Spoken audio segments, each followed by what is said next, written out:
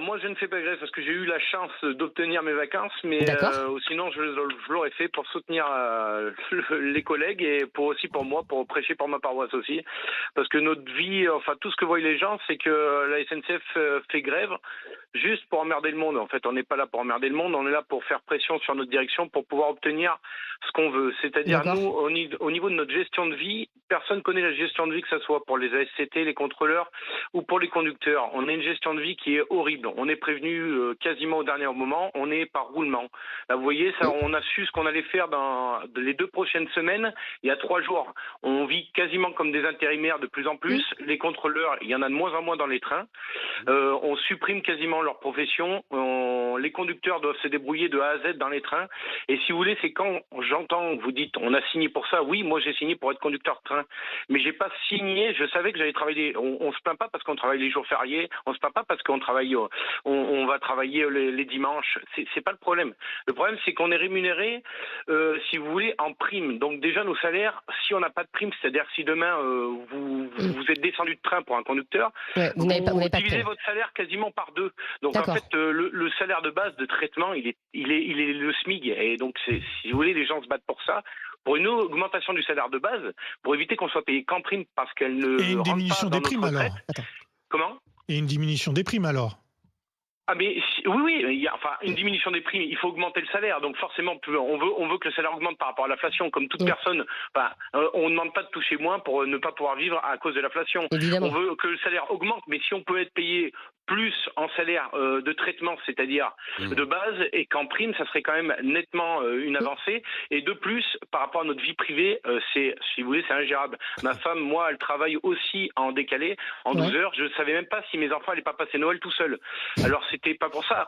On parle pas que, même si ma femme et moi devions travailler, c'est pas un problème, mais nous aussi, on ne pouvait même pas gérer notre planning. On était dans le flou total au niveau de notre planning. Et donc, si vous voulez, c'est quand même impossible à vivre pour nous en tant que conducteurs, et les contrôleurs, c'est pareil, pour pouvoir avoir une vraie vie privée, parce que sinon, on se fait manger. Et le seul poids qu'on a, nous, c'est bête, c'est de faire grève, oui, pas pour emmerder les voyageurs, mais c'est uniquement faire grève pendant des périodes où on a besoin fortement de nous pour pouvoir faire pression sur la direction. On ne demande pas d'emmerder les gens. C'est pas notre but. Alors Thomas, vous savez quoi ? Moi je vous trouve super. Je vous trouve hyper clair. Franchement, mais voilà, vous exprimez hyper bien, vous expliquez super bien vos problèmes. Mais vous êtes syndiqué ? Non, je suis pas syndiqué. Et pourquoi Thomas ? Mais parce que je suis pas syndiqué, parce que moi, il n'y a pas des syndicats qui, on va dire, les choses que représente le syndicat ne m'attirent pas. Après, maintenant, il y a de plus en plus de collectifs, des collectifs de conducteurs, des collectifs de contrôleurs qui sont pas syndiqués, mais qui représentent en fait l'ensemble des conducteurs et des contrôleurs. Oui, mais moi, Thomas, quand je vous entends parler, je me dis, je suis patron de la SNCF, j'entends votre discours, j'ai envie de vous aider. Vous voyez ce que je veux dire ? C'est que je me dis, ok, ça me parle. Si t'étais patron de la SNCF, ça se passerait mieux alors, Estelle. Non, mais c'est pas ça, mais j'ai envie de négocier avec vous. Mais en fait, vous voyez ce que je veux dire ? Vous exprimez bien, je suis sûre que la façon dont vous exprimez vos doléances, je veux dire, la direction peut les écouter. Mais justement, ça veut dire que... Mais oui, mais ça veut dire que vous pouvez négocier. Pourquoi faire grève avant de finir les négociations ? Parce que vous êtes hyper convaincant. Si vous voulez, il y a déjà trop d'accords locaux par rapport à tout ce qui est protocole congé. La SNCF, c'est un grand gruyère, en gros. Si vous voulez, il y a trop de protocole local en interne, en Ile-de-France. Ouais, mais nous, usagers, on n'a pas à pâtir de ça, en fait. Mais le problème, c'est que la direction, on les prévient en amont, et même moi qui suis pas syndiqué, les syndicats les préviennent en amont. Ils savent de quoi on doit parler, mais ça n'avance pas. On avait des réunions, nous, de notre côté, pour les conducteurs, pour tout ce qui est le déroulement, justement, de notre planning. Il devait se faire, et ils n'avaient pas de solution à nous donner.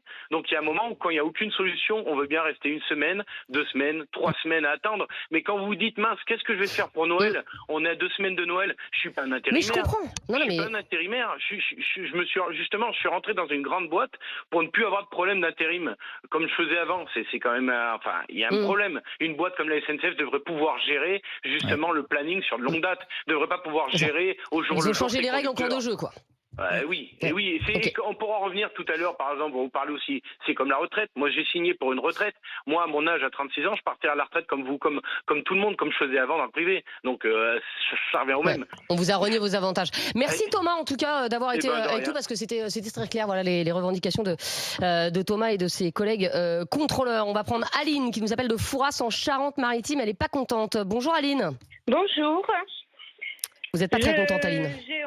J'ai honte de ce pays. Pourquoi vous avez honte, Aline? J'ai ma fille qui m'a appelée en pleurs parce qu'elle n'a pas son train vendredi.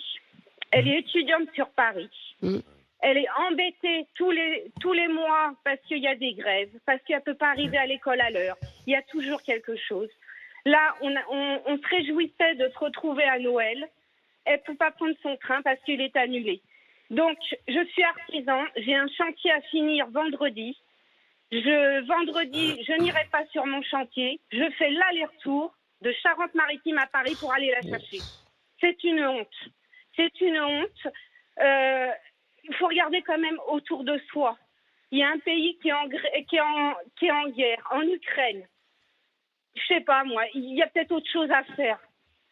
Je suis révoltée.